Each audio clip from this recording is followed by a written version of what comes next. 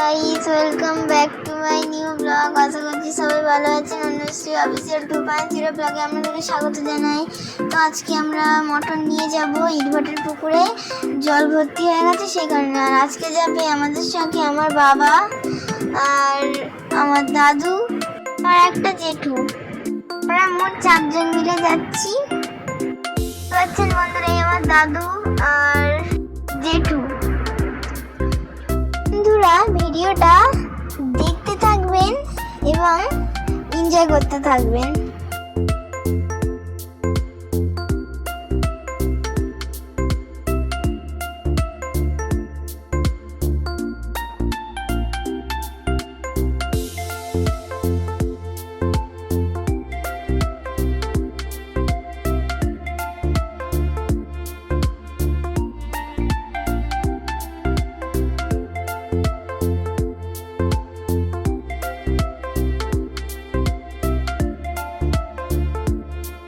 বন্ধুরা, দেখতেই পাচ্ছেন এটা আমার দাদু। তো আমার সাথে খুব ছুটি করে, তাই জন্য আমি ছুটে চলে আসছি, দেখতেই পাচ্ছ।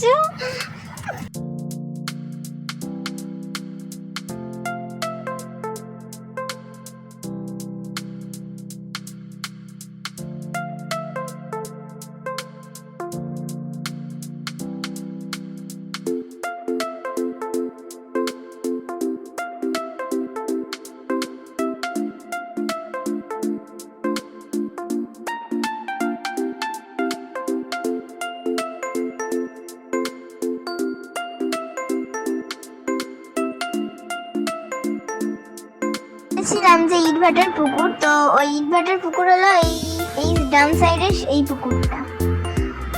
অনেকই জল ভরে গেছে বৃষ্টির কারণে।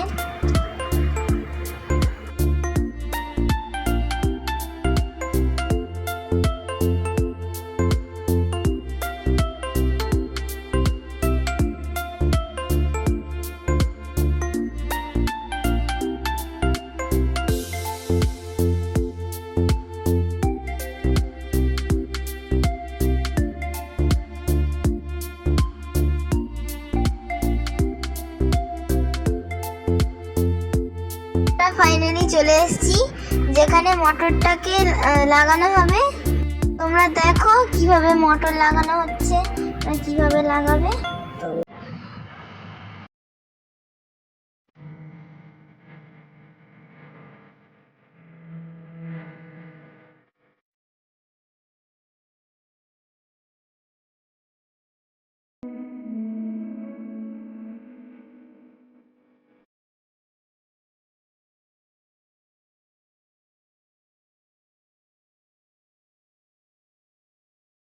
তার জন্য দেখাতে পারবো না।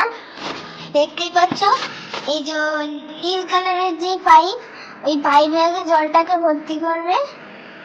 ভর্তি করার পরে ওটা মোটরের মুখে লাগাবে। তোমাদেরকে কিন্তু যোগটা দেখাবো, যদি কাছের পিঠে কোথাও থাকে এনজয় করতে থাকো। নতুন হয়ে থাকলে অবশ্যই সাবস্ক্রাইব করবেন।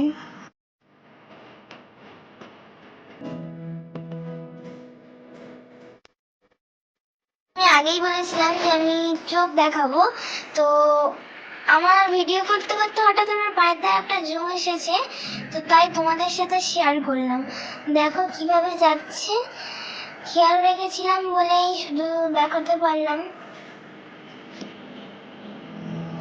তো মোটরটা দেখো, পাইপ ওই যে নীল পাইপে বললাম যে জল ভর্তি হবে, তো লাগিয়ে দেবে পিছনে। এখন এই পিছন দিকটাতে লাগিয়ে দিচ্ছে।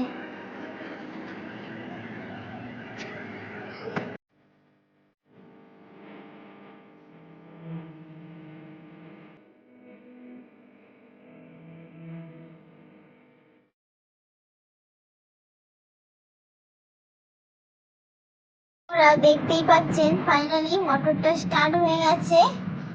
এবার আমরা বাড়ির দিকে যাব।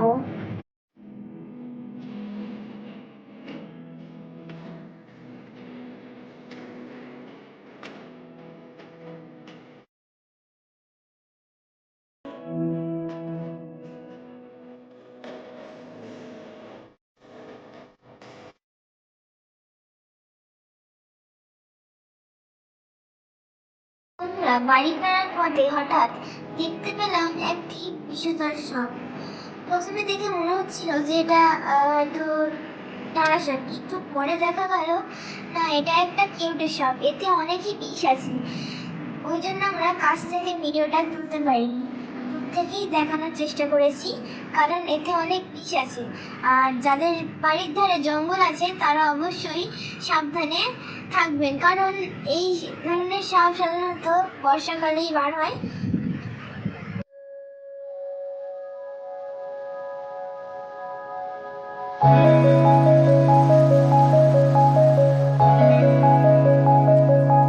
বন্ধুরা, ভিডিওটা এখানেই শেষ করছি।